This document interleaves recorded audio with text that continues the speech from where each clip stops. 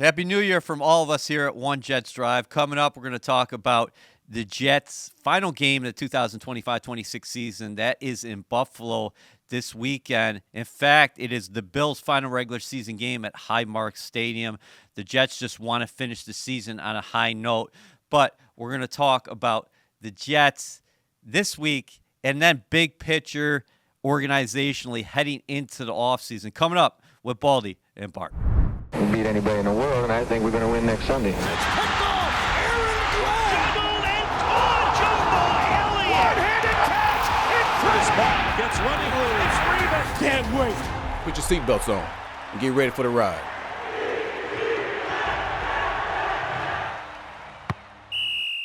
Hey, fellas, how was Christmas? Baldy, starting with you. Wednesday night, Christmas Eve, good time. Thursday, good family stuff. A little football. And, getting ready for a game that I had yesterday in Carolina. So everything worked out good. Travel was good company, good food, good celebration. I love it. It's crazy that, that basketball, it used to be basketball's day, and it was bad football on, but I'd much rather watch bad football than good basketball. What did you make of Breece against the Patriots, but more big picture, Baldy, throughout the year? Well, on Sunday, Breece was the entire offense, whether it was receiving, whether it was the 59-yard touchdown run to go over 1,000, whether it was the effort in catching or running. I mean, he was the entire offense on Sunday, and for many Sundays, Breece was the offense. And if you basically stop Breece, you're going to stop the Jets from scoring. And so he's the one dependable offensive player that touches the ball on a regular basis that you had to defend this year. And that's a credit to him because you could easily, on that first play of the fourth quarter, you could have easily been tackled in the hole. And, he saw the opening and then he hit it and split it.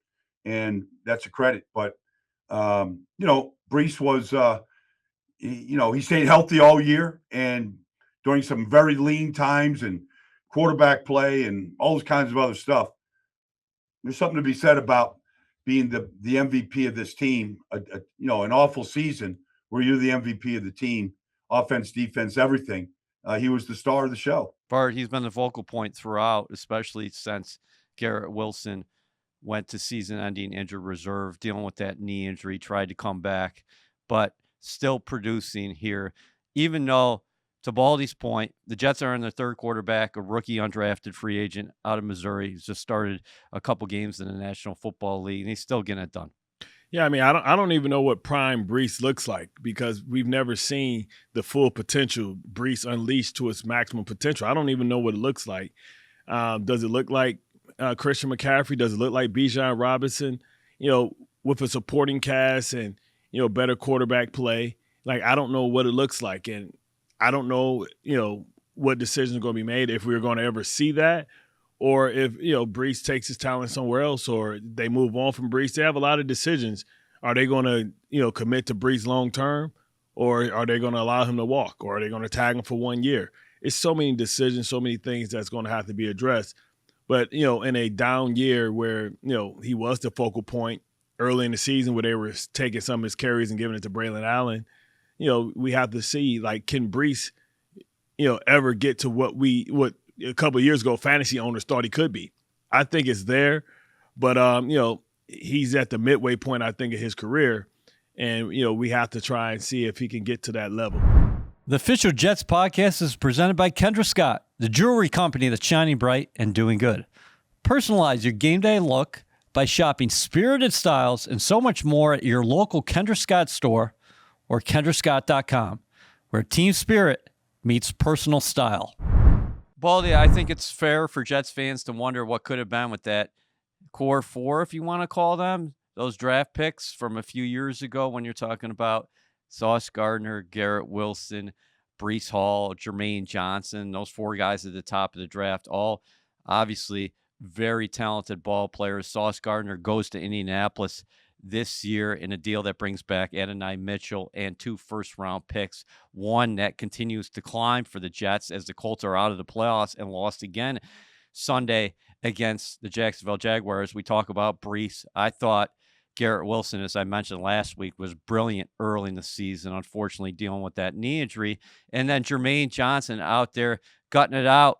Aaron Glenn talked about that. Hey, listen, it's tough to come back from an Achilles injury. And this week, teams are looking at you because Will McDonald's on injured reserve now.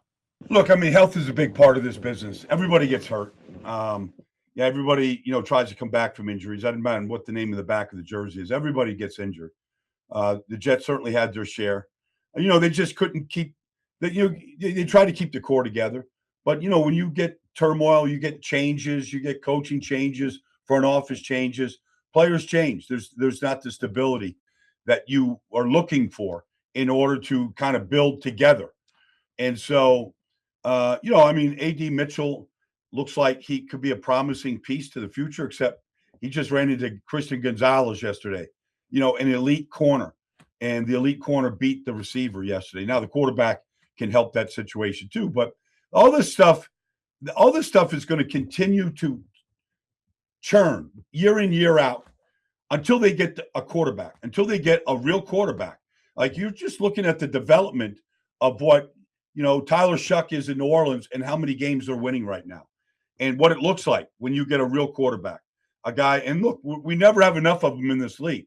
And so that's why we go to the free agent market. And that's why Phillip Rivers is on the field. But until you get a Drake May, until you get one of these guys, like, it's just going to be constant change, because that is the piece in this business that you got to have in order to build around, in order to win games and close games and compete. It's a fair point, Bart. And I mentioned it before that this is the sixth time since 2016, the sixth season, the Jets have started at least three quarterbacks. And that's tough for any team, any organization to overcome that instability at the position. And you feel for Brady Cook because, listen, the guy's just making strides on the practice field here this year. He's starting on practice squad, and then obviously he's elevated into the number 2 role, and the Jets may make a change at the quarterback position where they go from Justin Fields to Tyrod Taylor. Taylor gets hurt. Both of those guys are injured at the end of the year, and now he's forced into a situation. Obviously, he's embracing the opportunity to play, but with that being said, that's a lot. Yeah, when you think about when you start off 0-7, it kind of, upset the olive cart, so to speak. Then we had to figure out, okay, well, we had to break the curl up, and it's just a downward spiral. And then, you try and evaluate, Justin Fields. He got plenty of chances. He wasn't up to the job at the level in which we anticipated, and you had to try and pivot. But then when Tyrod Taylor gets hurt, you have to pivot again. And, it's a lot of teams this year that had to, look at San Francisco. They had to go with Mac Jones for a couple of years. That's just the nature of the business now. You're going to have to depend on your backup quarterback, whether you want to talk about Baltimore. Oddly enough, the old dude is the only one who really didn't miss any games in Aaron Rodgers. But, it's just one of those things where, you have to have not only just one good quarterback, you got to have two. Because, especially if they ever add the 18th game, the seasons is so long, it's such a physical game that you're going to have to rely on, quarterback by committee at times. And unfortunately, it kind of threw everything off the development when you talk about a new offense, when you're trying to get it established by your starter, but then now your backup who almost got no reps. Talk about a guy on the practice squad. He's learning from ground zero, which, doesn't allow the, X-Ran to be able to even open up his playbook and develop plays and stack plays on top of plays so you can't grow packages. Yeah, that's another good point. That's a first-year offensive coordinator, third quarterback, undrafted free agent, a guy who started the year on the practice squad doing everything that he can right now to stay above water. Interesting matchup here this week. And we're not going to dive into too much X's and O's as we preview the Jets and the Bills at 4:25. Bart is awfully disappointed that kickoff is at 4:25. That's by crazy. The way. Ain't had a 4:25 all year. You're going to give me a 4:25 the last game of the season. Yeah. So it's crazy. So it's been a tough morning for the Mad Backer. But this could feel very different than a lot of games you've seen throughout the National Football League. You don't want to be in this position if you're the Jets, whereas the Bills, of course, they're making the playoffs. For them, it's just a matter of seeding. I anticipate it's Monday here. Baldy, Josh Allen's been dealing with a foot or ankle injury. I don't know. They probably sit him this week. I don't know right now because, they had a chance to win that game last night. Josh missed a 2-point conversion with no time left on the clock on that throw to Shakir. But he certainly looked good diving over the pile from the 1-yard line to make that score 13-12, missed a 2-point shot. But, it's all about the playoffs for the Bills right now. No matter where they get seeded, they can't win the East. That is now belongs to New England. And so the seedings, I don't know how important it is. They're going to go on the road and play wild card weekend. So if I was the Bills, if I was Sean McDermott, I'd want my quarterback 100%. He's the difference maker in whether they win a playoff game or not. And so I'd try to get him as healthy as I possibly could this week. Well, you know how these things usually go. They usually play them into halftime. And play them into halftime, hope that you get the scores up. You got guys that still have little individual goals to the old escalator clauses. To go for, all the escalators, right? So you got Stephon Diggs, who I think needs 50 yards or something like that to get his $1 million or $500,000. So guys are going to be out there to try and get guys, like that, their incentives. And guys are always trying to pad their stats, especially they don't care if they're going against a weaker opponent. They look at that as an opportunity to kind of put on their resume. So when they go back for negotiations, they can say, look how many sacks I had. But, oh, man, you got, 2 throwaway games at the end of the season that nobody cared about. But it don't matter. They all count. James Cook has been quite vocal about wanting the NFL rushing title, to your point. So we'll just see how they employ their running backs, the Bills, Sunday afternoon, 4:25. How can the Jets use that feeling Sunday afternoon at MetLife to propel them moving forward? Because the Patriots, they didn't do it in that moment, but essentially they clinched the AFC East on your field, and they did it in convincing fashion, Baldy. Well, it was convincing. I mean, the one thing that the Patriots proved yesterday is, like, when you execute, everybody looks good.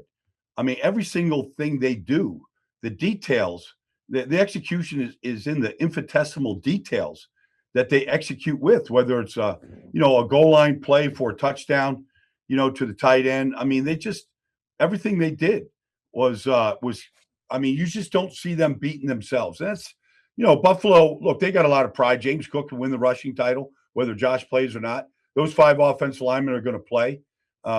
They battled tough. They were down 13-0 late in the fourth quarter, and they came back against the Eagles yesterday, and they hadn't done much offensively all day until that fourth quarter. And they came back and had a chance. Look, it's a division game. Like, you want to always measure yourself against division opponents. And so you're a young guy out there, you're Juwan Briggs, and you're going up against, one of those guards, Osiris Torrance, from the Buffalo Bills. Go win those battles. Go win a matchup. Go, feel pretty good when you're, on the golf course on Tuesday. Feel pretty good about what you left on your resume on Sunday afternoon. Yeah, it's about emptying the tank, right? We always used to come on the field and be like, this time, maybe your last time. I don't know. We always used to sing that song, in the Ravens organization led by Darius Thomas. And it's always the truth. This is the last one, so empty the tank.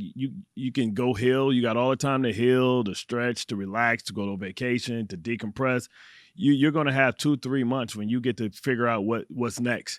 But right now, you go in there, you leave it all on the field. That's really what it's all about. You try and leave the best impression that you can leave on your organization walking out, so that they can feel good and confident about where you are and how you're growing as an individual and as a player. What do you guys make of the landscape the Jets are facing, not this week, but overall, when you look at the changing face of the AFC? Denver obviously elevated themselves this year with Sean Payton. Knicks, they got a really good defense. We saw New England. They look like a complete team with an emerging star at quarterback. I mean, go ahead. I mean, for me, none of those teams scare me. None of those teams are super teams. They're just solid teams. They're just good teams. None of those teams are dominant teams. I don't feel like I'm going against the Joe Montana 49ers or the Bill Belichick and Tom Brady prime years. I don't fear any of those guys. Like, who's the favorite? No, exactly, because it's so much parity because they're just okay teams. They're not great teams. Maybe somebody can emerge to a great team, but I can see somebody going into Denver and beating Denver. I can see somebody going into New England, the Jaguars or somebody coming there, or the Texans coming there and sending them home easy. Like, this is why it's so encouraging because it's so wide open.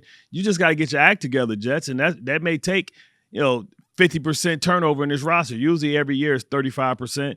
You might have to have, 50, 55, 60%. You might have to get guys in here that fit your system and spend money in free agency and get people that want to be here, right? And it's tough because the Jets don't have a great reputation right now. So that means that you normally have to spend more for, free agencies. You're not going to win any of those battles unless you have personal relationships.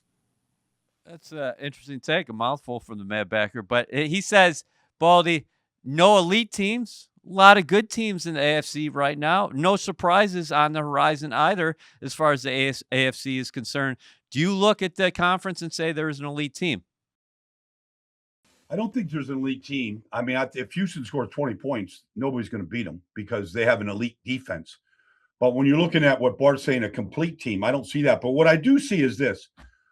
Coaching matters in this business. And all the teams that you've mentioned, whether it's Jacksonville, what Liam Cohen has done and doing, what Mike Vrabel is doing in New England, what Harbaugh is doing with the Chargers, what D'Amico has been doing in Houston, what Sean Payton has done in 3 years in Denver. You're looking at elite coaches that are now building their teams in their vision. And the way that the front office works is they're executing that vision with the people that they're bringing in, the type of people that they're bringing in. I mean, you look at Jacksonville, that was a dreadful organization. Dreadful. I mean, Tony Baselli, James Gladstone, Liam Cohen, in 1 year, they've turned this thing around. Now, are they elite to Bart's point? No. I mean, if somebody's got to go to Jacksonville, they can be beat for sure. But still, these teams, you can point to the coaching and their vision that these coaches have and how those visions have been executed. Bart, this is a big flip because we talk about leading the NFL in snaps from first and second year players. That goes to the Jets this year. And I think they acquired 13 or 14 players on the active roster after training camp, like in late August. And that's just this year alone. And then if we think about what's going to happen in the offseason, you've mentioned the money, the financial flexibility this team has. And then we point to the 2 first-round picks. Right now, Jets fans, and rightfully so, I get it. This is not coming from this building. I should say that. And players don't care. And you guys can speak to that here in a second, that you guys have always said that I don't care about the draft.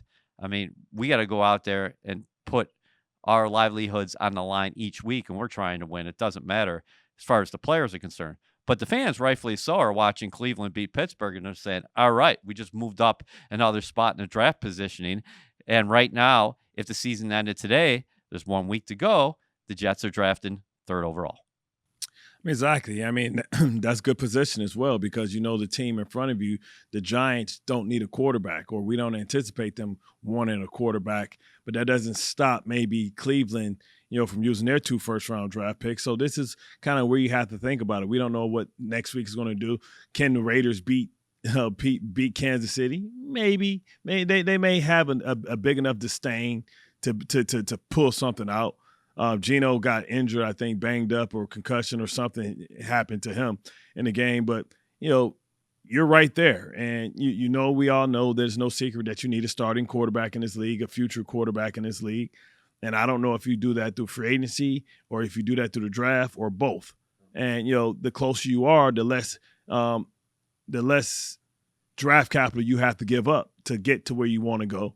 So we'll see. We'll go through the process. It'll be we'll see if Dante Moore comes out. We'll see, what happens with Mendoza, Ty Simpson, all the guys that we have at the top of that list. The Jets got to have a plan. The good thing is you have the flexibility and the draft capital to be able to move wherever you want to move if you want it bad enough. The official Jets podcast is presented by Kendra Scott, the jewelry company that's shining bright and doing good. Personalize your game day look by shopping spirited styles and so much more at your local Kendra Scott store or kendrascott.com, where team spirit meets personal style. Yeah, I'm going to have plenty of time to talk about this in the offseason, but Bart just mentioned the draft capital. When you look at the roster right now and you watch this team down the stretch, they know that they have a lot of holes. So as far as that capital is concerned, you want to use a bunch of that capital to address various holes in your roster down the stretch here, Baldy. You do. You guys mentioned that Cleveland-Pittsburgh game. Cleveland knocked the living snot out of Yeah. Pittsburgh. To hold them to 2 field goals with a chance where Pittsburgh could have just won in that division. I mean, it's just a credit, to those young kids. You talk about draft capital. Well, they drafted Schlesinger and Mason Graham. They played almost every snap all year. Schlesinger never came off the field. And he got and hurt. all they did was and he just powered compete. through. Yeah, he got hurt too and So powered through. that's what you want. You want those. That's the Cleveland's first and second round picks, Mason Graham and Carson Schlesinger, and they show up every game. And they showed up yesterday to take down the Steelers, to keep them out of the end zone.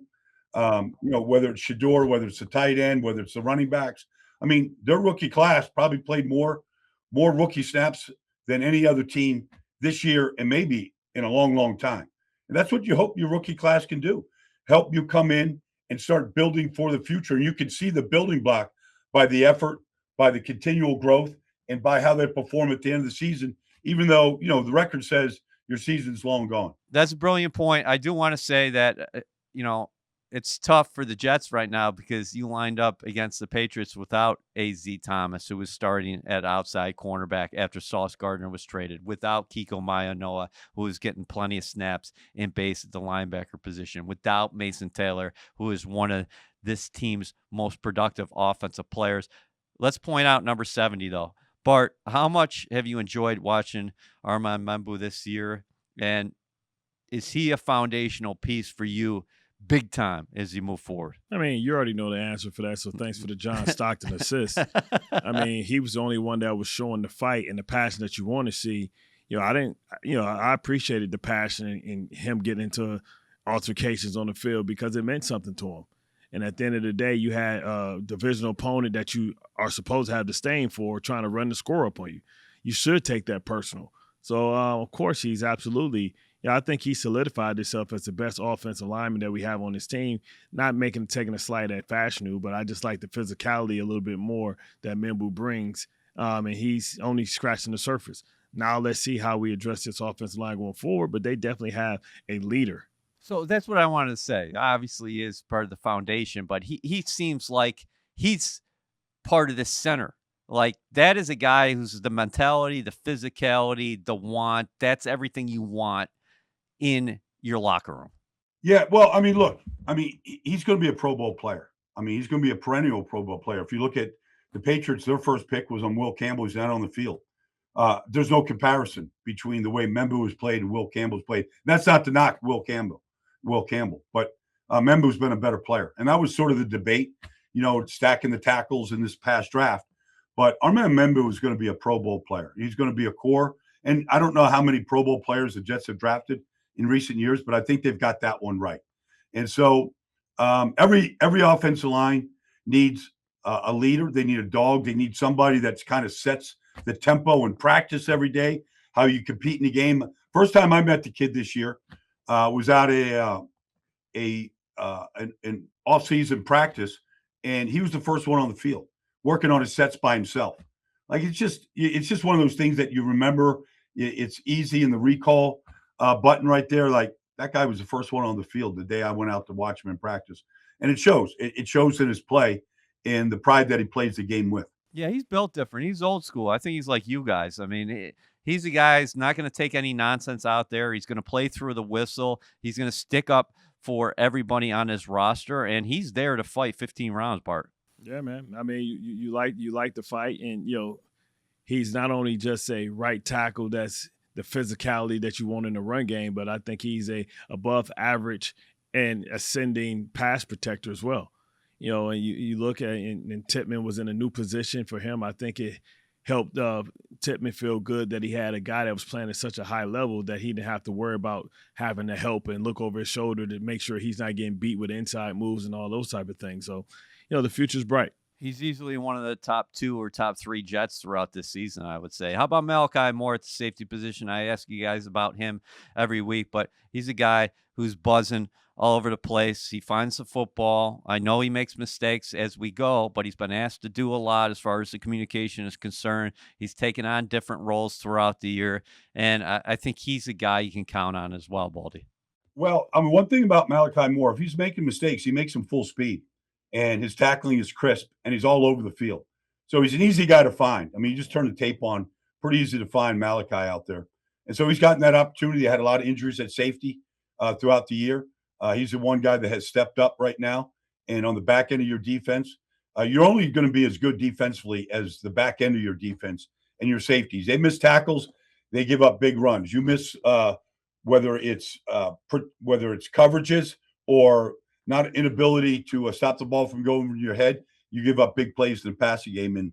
And I would say that that's a guy that I think they can count on going forward to be really a very, very good safety. I don't know if he's a Pro Bowl safety yet. We'll see if he can start taking the ball away a little bit, because that's certainly something I want my safeties to be able to do.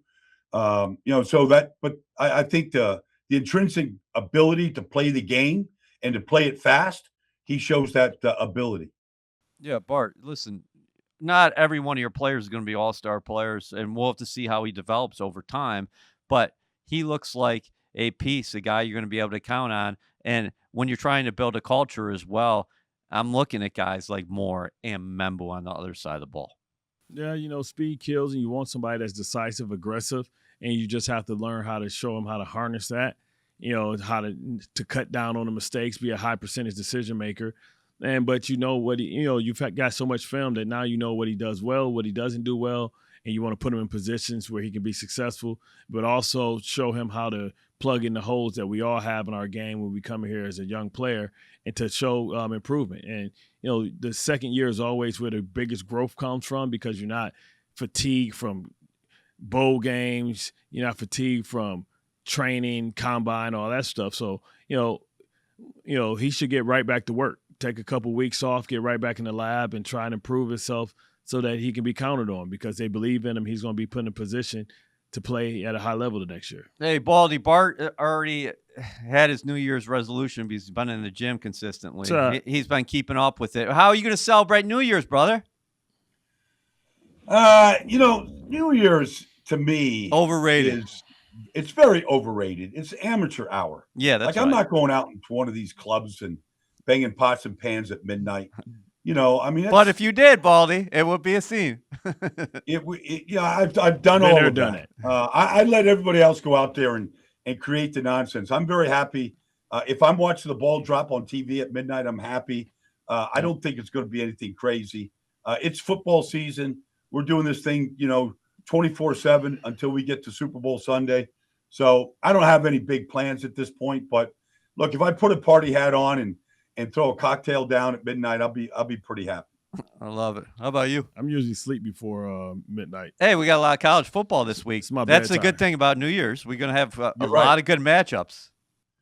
A lot of prospects out there, including including the quarterback Fernando Mendoza. It's going to be front and center here this week. Yeah, and you never know what happens with, like Bart is mentioning, Dante Moore. Well, to see what his future looks like as well. He's playing this week as well. So I think fans throughout the National Football League, let's just say that, have plenty to watch throughout the week heading into Sunday.